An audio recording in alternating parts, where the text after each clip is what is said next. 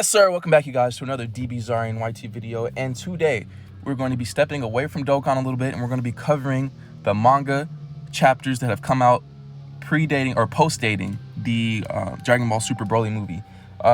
So I know a lot of people haven't kept up with the manga and don't know what's exactly going on in the Dragon Ball universe. So I figured I'd give a brief overview of it. This is part one of 2 videos that are going to be dropping regarding this.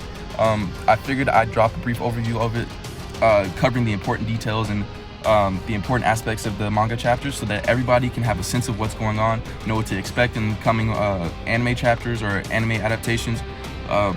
It's gonna be a ride. The manga right now is actually in a really good place. I feel like you guys will enjoy it. If it comes to the anime, just as the manga has portrayed it, it's gonna be probably one of the best Dragon Ball arcs of all time, and I say that in all seriousness. And I'm not biased at all to new content or anything like that, but the manga chapters really are just that good. The development in the characters that they show and the way the characters are drawn up and portrayed is just really nice. So without further ado, we're gonna go ahead and get right into this. All right, so enter the Galactic Prisoner arc, everything you've missed. All right, so to begin, they introduce Moro, who's an ancient enemy. This is starting up directly after the Dragon Ball Super Broly movie, as I said previously. The manga dives into an intense conflict straight away. We see a panel of Goku and Vegeta training with each other. Shortly after that panel is shown, they show a scene where Bulma is calling Goku and Vegeta because Hercule is in trouble. So apparently somebody's trying to take Majin Buu from Hercule.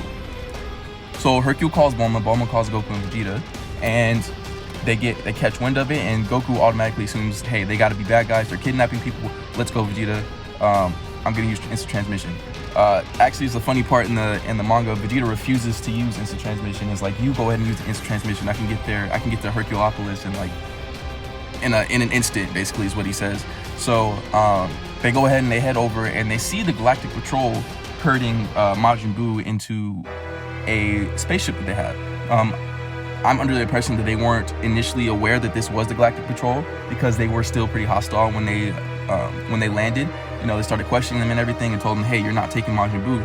So when Goku and Vegeta tried to confront the Galactic Patrol, their leader, which is a small entity named Mirrors, he's rather small in stature and he's really skinny in his frame. He doesn't look like a threat at all. But Goku and Vegeta immediately, they get hostile, they start to get physical. He goes in and he takes out the rest of the Galactic Patrol, the other people that are loading them onto the spaceship. But before he can even handle Mirrors or turn around to try and confront him, Mirrors takes the back of Goku, knocks him out with the stun gun. Then he takes the back of Vegeta before he can even notice anything and knocks him out with the stun gun. So obviously there's a little bit of a time skip, maybe a couple hours or so. Goku and Vegeta, when they're next seen, are on the spaceship with Mirrors and Majin Buu and the rest of Galactic Patrol. And it's at this point that Mirrors starts to explain everything that's going on. Obviously, you know, Vegeta's already frustrated because Mirrors just took the back of him and knocked him out cold without Vegeta even knowing what to do or having time to react. So he's over in the corner mad, but still listening. And Mirror starts to explain what's going on. He explains that Majin Buu has the Daikaio inside him, which is the old South Kai, or I don't even know if he's a South Kai, but I just know he's the Daikaio, so he's the Lord of Lords, basically. And they explain that there's an ancient evil that has escaped imprisonment. His name is Moro. And they need the Daikaio that's inside of Majin Buu to reseal his magic, because he somehow regained some of his magical ability and used it to escape. So with that, Goku and Vegeta begin to understand a little bit, but the only issue is that Majin Buu is currently asleep. So with Majin Buu asleep, he's not able to immediately help out with the situation. So Goku and Vegeta decide, hey, you know what? We'll help you. We'll go ahead and we'll head over to New Namek and we'll confront this guy. So Goku and Vegeta go over to Namek using instant transmission. And you know how they are when they first step onto the battlefield. They're always, I wouldn't want to say cocky, but they're confident. They're confident in their abilities, and you know, they confront Moro. Moro actually senses Goku before Goku can even reach New Namek. When Goku's locking onto his ki so that he can use instant transmission to reach Moro, Moro can sense that. However the heck he does that, I don't know. But Moro can sense that. I'm guessing that's a perk of his magical ability. But he can sense that Goku is tracking his ki. So Moro knows that Goku and Vegeta are coming. So when Goku gets there, he's expecting it. And when they get there, Moro is with Cranberry, which is an ex-Frieza Force soldier. Moro gets there and he's with Cranberry. And he looks down. Cranberry immediately recognizes them, and then Moro starts talking about how Goku's the one that was tracking his ki earlier. So Moro comes down to confront them. So immediately there's a frame after that where you see that there's a Namekian boy that's hiding in a little hut, and Moro has some strange force-like power. It kind of reminds me of Star Wars, but he has some strange force-like power to where he's able to stretch out his hand and pull things towards them, or like manipulate them with energy, or however he does it. He's able to manipulate them, throw them around, do whatever he wants. So he grabs the small boy with this power that he has, and he takes him, and he has him in his hand, and he's seemingly about to kill them, or I would assume that he was about to absorb his energy, something. He's about to do something that was terrible to him. And it's at that point that before he can even get his hands on the kid and do anything bad to him, Vegeta steps in. He's like, no, he's like, I've done untold harm to these people in the past. He's like, I'm not gonna let not even one more of them die. So Vegeta, this is one of the pivotal points that in Vegeta's character. This is something that a lot of people have given praise to Toyotaro for in the manga itself, showing that character development, that development of his feelings and his guilt towards what he did in Namek previously, was something that was really, really unexpected and actually really deserved. I feel like we deserve to see that from Vegeta. And so at this point, Vegeta just tells Kakarot, he's like, hey, stay out of this, I got this, I'm going to fight Moro. So Vegeta instantly goes Super Saiyan, starts charging at Moro, but off bat, Super Saiyan is not enough. So Moro is of at least Super Saiyan power level. So Vegeta can't lay a finger on him, and it's only then that he goes Super Saiyan God. And after Vegeta goes Super Saiyan God, you know, he starts besting Moro a little bit. Then Moro gets a power up because he absorbs some of the earthly energy, or not earthly energy, some of the planetary energy from New Namek, and then he forces Vegeta to go Super Saiyan Blue. And it's at this point that Vegeta is besting him a little bit. Vegeto's getting after it, you know, he's not enough. He's not a match for Super Saiyan Blue at this point. And it's at that point that Moro begins to absorb more energy, and he makes a giant sphere of Namekian energy, or of planetary energy, and he eats it. And when he does this, Goku and Vegeta didn't realize that when he did that, he not only sapped the energy from the planet, he sapped the energy from them as well. So Vegeta off rip decides, hey, he's still not enough for Super Saiyan Blue. But when he tries to charge up, Vegeta can't turn Super Saiyan. He can't turn Super Saiyan, and him and Goku are there just dumbfounded. They're baffled. So it's at this point that the tides of the battle change dramatically. So Goku and Vegeta are getting slapped around. Vegeta's getting pushed back. You know, Goku's trying to hit Moro. He's getting thrown around. So it's at this point that Moro shoots a giant blast at them when they were trying to escape. Goku was trying to use instant transmission. Turns out he didn't have enough ki for that. So Moro shoots a giant ki blast at them. Boom, there's a big crater. Goku and Vegeta get caught in the blast. They're laying on the ground. So this is one of my favorite panels out of this manga chapter. He goes over to Goku and he knee drops him while he's on the ground, first of all, which is savage. Knee drops him while he's on the ground. He picks Goku up he grabs Goku by the neck, and then he sticks his left hand out, because Vegeta's considerably far away from Goku. Not far enough for him to just reach over and grab him. And he uses that force power to like bring Vegeta over and grab him at the neck. And he saps the energy out of them. Saps their energy out of them, and you can tell they're badly injured because they're laying on the ground and their pupils aren't even in their eyes. Their eyes are wide open, their pupils are gone, and they're just laying there, lifeless seemingly. And so after that, Moro talks to Cranberry, asks him about where the Dragon Balls are. Cranberry tells him that they're in the villages. So they go off and they start trying to find the Dragon Balls and everything. So Goku and Vegeta get saved by the Namekian. So the little Namekian boy that Vegeta saved earlier in the manga found Vegeta and Goku. They ended up taking them back to where the Grand Elder stayed, the new Grand Elder. And they went ahead and started restoring their power slowly and stuff. And meanwhile, Moro's on the other side of the planet, and he's ravaging through Namekian villages. It's been about 3 days since Goku and Vegeta were knocked out, and he's ravaging through these villages. And at some point during him like going through these villages, Moro realizes that without a dragon radar, without any previous knowledge to where the Dragon Balls are, he can sense their whereabouts, which is something completely new that we've never seen anybody be able to do, to just be able to sense the Dragon Balls. So that should tell you how badass of a character Moro is so far already. So Moro's able to sense where the Dragon Balls are completely. He tells Cranberry, he's like, the Dragon Ball is in this direction. Keep in mind, Goku and Vegeta are with the Grand Elder, and as you guys all know, the final Dragon Ball, or the one-star ball, is always kept with the Grand Elder. So Moro is directly on the way to their route. He doesn't seem to know that Goku and Vegeta are still alive. He left them because he wanted them to die slowly, because apparently after he absorbs your energy like that, you die slowly on your own anyway, which is a mistake that a lot of main villains do make, but hey, what can you say, it's an anime.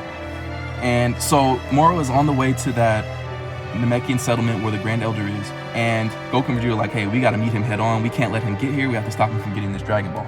So at that point, Goku and Vegeta head out. Vegeta's like, hey, look, if we die here, look, you have to make sure you make it your top priority to restore this planet. And Goku's like, yeah, but there's no other choice, and he says some other things, and they're like, all right, well, let's get ready, we know we're probably gonna die, but let's go.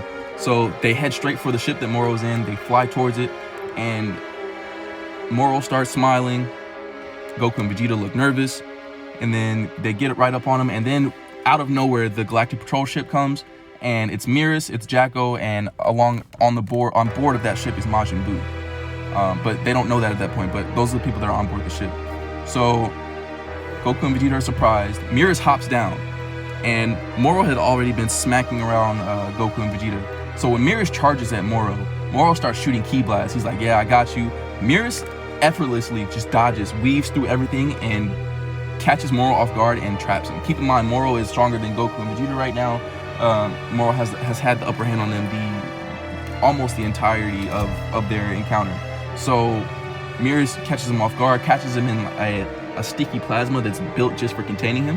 And it's at this point that Jacko goes ahead and he pushes Majin Buu off of the spaceship and onto the ground and wakes him up.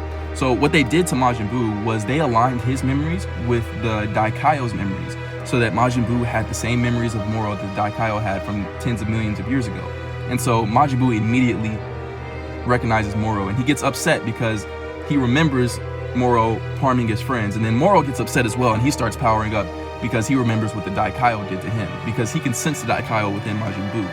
So they both start powering up, and immediately it's a slaughter. Majin Buu completely overwhelms Moro. Majin Buu is destroying him. He's evading his attacks. Moro tries to even blow his head off at one point. Majin Buu manifests his head into his hand and catches Moro off guard, and then sucker punches him with the other hand. And Majin Buu is just embarrassing Moro at this point. Moro's getting frustrated. He can't seem to do anything to him. His magic is ineffective to Majin Buu. So Majin Buu is just doing everything he can. So at some point, Majin Buu displays this strange ability to detach his hands and attach Moro to the ground. So Moro's on the ground, he's helpless. Majin Buu's about to use the same attack that he used tens of millions of years ago to sap Moro of his magical abilities again and end this fight. Before they can do that, the sky turns dark. Everybody else around them is confused, but Goku and Vegeta know exactly what's going on. They know when the sky turns dark like that, it's the Dragon Balls. So it turns out Cranberry had went ahead, gathered that last Dragon Ball, went and found the young Namekian boy that Vegeta had saved earlier, and put a sort of helmet on him that allowed him to control him. And what that did was, when Cranberry would speak into the helmet, it would go to the boy, and the boy would say it in Namekian so that Purunga would come out, or so that Purunga would grant his wishes. So it's at that point that first Cranberry, he was badly injured, so Cranberry used the first wish to go ahead and wish for his vitality to be restored. And then his second wish was, he didn't know what to do as far as his second wish. He was looking around, he was confused, and Goku and Vegeta are like, hey, we gotta go, we gotta stop him from making a wish. So Goku and Vegeta start heading over, and Moro has this ability where he can directly contact, kind of like King Kai can. He has this ability where he can directly contact other entities within the same space. So he contacts Cranberry directly, and he goes, hey, what I need you to do is wish for the Eternal Dragon to restore my magic completely. And so Cranberry starts, complaining. He's like, hey, what about my wish? And Moro's like, you will not double cross me, this and that. And he basically scares Cranberry into doing what he said. And I also thought this was a pretty badass moment, because Moro tells him, he's like, look, if you double cross me now, I'm going to hunt you down to the ends of this earth, to the ends of this universe, to find you, and I will make your life a living hell, is basically what he says. And that's enough to scare Cranberry into making his wish for him. So Cranberry makes the wish, and Moro regains all of his magical ability. And after that, he powers up, and he escapes Majin Buu's trap that he had him in, and he flies towards Purunga. Now, keep in mind, Goku and Vegeta are extremely fast at this point. Even though they're drained, they do still have some of their ki, and they're still extremely fast. Moro, at this point, with his magical abilities restored, is so fast that he catches up to Goku and Vegeta, passes them with a force that's so powerful that he knocks them to the ground. Passes them, goes to where the Dragon Balls are, and then just as Cranberry is about to make his last wish, Moro appears behind him and sticks his hand through his stomach. And you know, Cranberry's surprised, and he was just on edge of about to make his wish, and you know, he's surprised and upset, and he falls to the ground dead. And so Moro makes another wish because something came to him that made him want to make another wish. So Moro makes this wish, and we don't immediately know what it is. So Goku and Vegeta get there shortly after, and they see all the dead people. Vegeta's pissed off that the people are dead. Goku's pissed off that, you know, he's doing this to people. And so after that, Goku and Vegeta, they start questioning. They're like, hey, what did you wish for? What was your wish? Tell us right now. And Moro refuses to tell them. He's like, you'll see soon enough. So it's at this point that we realize that Moro's wish was for the entirety of the Galactic Patrol prison to be released. So Shinron opened all the gates. There's a panel where you see all the prisoners fleeing out of the prison, and basically what it is all of them are loyal to Moro. So it's at this point that you realize that Moro has a complete following, an army basically of prisoners. So they end up making it to Moro in time, and they're all there, and everybody starts fighting. Goku and Vegeta start off at Super Saiyan Blue because the Kaio ended up switching places with Majin Buu and using his body as a vessel to present himself. And the Kaio went ahead and restored Goku and Vegeta's energy. So they start off Super Saiyan Blue, and they're fighting these prisoners. And the only reason these prisoners are any match for them or at all around the same power level enough for them to have to turn blue is because Moro has another pretty ominous ability to detach his energy and supply it to the people around him. So he's supplying his army of prisoners with energy. So Goku and Vegeta are fighting them. They're fighting them. They're overwhelming them. They're not losing to any of the prisoners by any means. But it's only after that Moro decides that he's going to start absorbing more energy. So Moro starts absorbing energy, and you see Goku and Vegeta. Actually, first you see Goku and he's Super Saiyan Blue fighting, and then all of a sudden he gets knocked back down to Super Saiyan God. Without him being touched, nothing happened. He gets knocked back down to Super Saiyan God, and then while he's confused, he gets hit, and then there's another panel later on where you see him, he gets knocked back down to Super Saiyan 3, and the same thing's happening to Vegeta. They're descending in their transformations, and they start realizing that, hey, Moro is absorbing energy again. You know, this is bad. Eventually they get knocked back down to base form, and everything seems bleak. You know, Mirror's is like, hey guys, we gotta go, we gotta get out of here. This is helpless. We can't, there's nothing we can do. So Goku's like, all right, I have enough ki left, enough chi for me to use instant transmissions. Let's go. So they all get ready, and Vegeta's like, no, I'm not using instant transmission. This is where we part ways. So Vegeta flies off, and he flies in the direction of another Galactic Patrol ship that's fleeing off of the planet. And so Goku's surprised. He's like, Vegeta, no. He tries to get Vegeta to come back. Doesn't work. And then Mirror's is like, hey, we don't have time. Let's go. So everybody grabs a hold of Goku, and they all instant transmission back to the Galactic Patrol spaceship, the main spaceship where the king is at. And so it's after this that the manga panel cuts to Vegeta, and Vegeta's on the spaceship with another Galactic Patrolman. It's just him and that Galactic Patrolman. And Vegeta is like, where are you headed with this ship? And the pilot says, I'm heading towards the Galactic Patrol spaceship. And Vegeta sticks his hands out as if he's going to blast him if he doesn't comply with what he wants. And he says, hey, we're going to Yard Rat right now. And then, you know, as you know, the Galactic Patrolman is scared. So he's like, all right, we're going to Yard Rat. So they start heading towards Yard Rat. And they start discussing what Vegeta wants to do. And Vegeta says, hey, I'm going to Yard Rat so I can train. I need a new ability because Moro is way stronger than me. And I can't lose to Moro again. He's like, I can't lose to Kakarot again. He's like, I can't let those Namekians' lives be sacrificed in vain. So Vegeta's upset, he's embarrassed, he's humiliated. So he wants to go and he wants to make up for everything by learning a new technique from the Yard Rats. So at this point, they cut back to Goku on the ship with Mirrors and with the other Galactic Patrolmen, and they start discussing things. And Goku does something that's very odd. He walks up to Mirrors and he's like, hey, do you mind if I see something? And Mirrors, of course, obliges, and Goku intends or throws an intentional punch with the full intent of hitting Mirrors, and Mirrors almost effortlessly just dodges. And he's like, okay, it's as I thought. He was like, do you mind if we go and spar? I want to test your full power. So him and Mirrors go into a training room of sorts, and when they go in there, Goku straight up goes after Mirrors. Mirrors is dodging everything. Mirrors can't be touched. Goku goes to Super Saiyan, still can't touch him. Goku goes to Super Saiyan 3 and still can't touch him. Mirrors is just dodging all over the place. Goku cannot hit him. So it's at this point that Goku decides, hey, let's kick it up a notch. He goes Super Saiyan God. And when he does this, the room itself that they're in starts to crumble. So Jocko's like, hey, you guys got to cut it out. You guys can't do this here. You're going to destroy the whole spaceship. So Goku's like, all right. So he goes back to base form. And basically he's talking to Mirrors and he's saying, hey, so you have this really innate ability to dodge and to avoid. And he's like, I'm thinking that I want you to train me. And Mirrors doesn't seem very surprised at all, but he's like, you might be able to help me master this technique that I have that involves the body moving on its own. And obviously he's nodding towards Ultra Instinct. He said he asked him to train him so that he can use this ability better. And so Mirrors agrees. And after that, it pans out, and that is where we're going to end this manga chapter overview right now. So as you can see, things are really kicking up. It's really fast paced. It does feel like a very unique arc. Moro is a great enemy so far.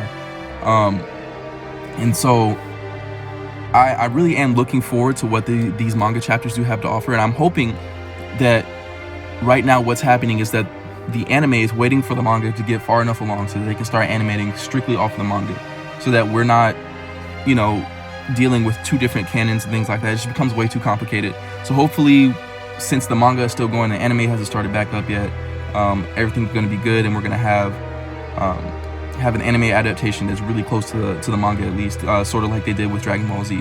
So let me know what you guys thought about this manga overview in the comments below. I will be releasing part 2 tomorrow, that's leading all the way up to Moro and his henchmen arriving on Earth. If you guys liked it, leave a thumbs up, subscribe, turn on post notifications. Follow me on Instagram at DBS Broly. I just want to say thanks to you guys and have a great day.